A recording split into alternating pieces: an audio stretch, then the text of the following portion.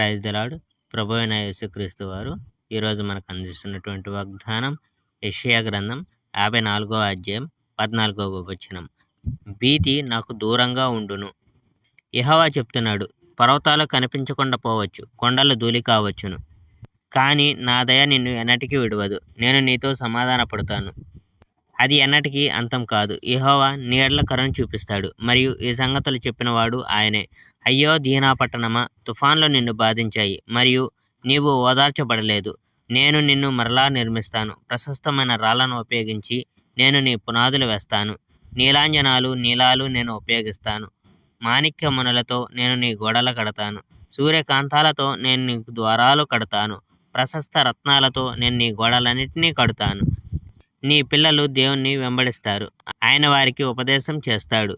నీ పిల్లలకు ఎంతో శాంతి ఉంటుంది. న్యాయం ప్రయోగించి నేను నిర్మిస్తాను కనుక నీవు అన్యాయానికి క్రూరత్వానికి దూరంగా ఉండాలి.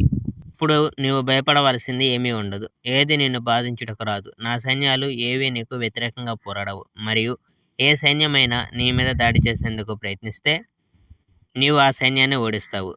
చూడు, కుమ్మరిని నేను చేశాను, అగ్నిని రాజబెట్టేందుకు అతడు నిప్పు మీద విసురుతాడు.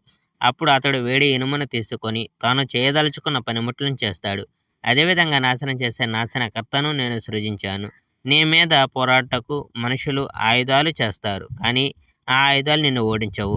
కొంతమంది నీకు వ్యతిరేకంగా మాట్లాడతారు, కానీ నీకు వ్యతిరేకంగా మాట్లాడే ప్రతి వ్యక్తిది తప్పు అని చూపబడుతుంది. యెహోవా సేవకులకు ఏమి లభిస్తుంది? నా దగ్గర లభించే మంచి వాటన్నిటిని వారు పొందుతారు అని యెహోవా చెప్తున్నాడు.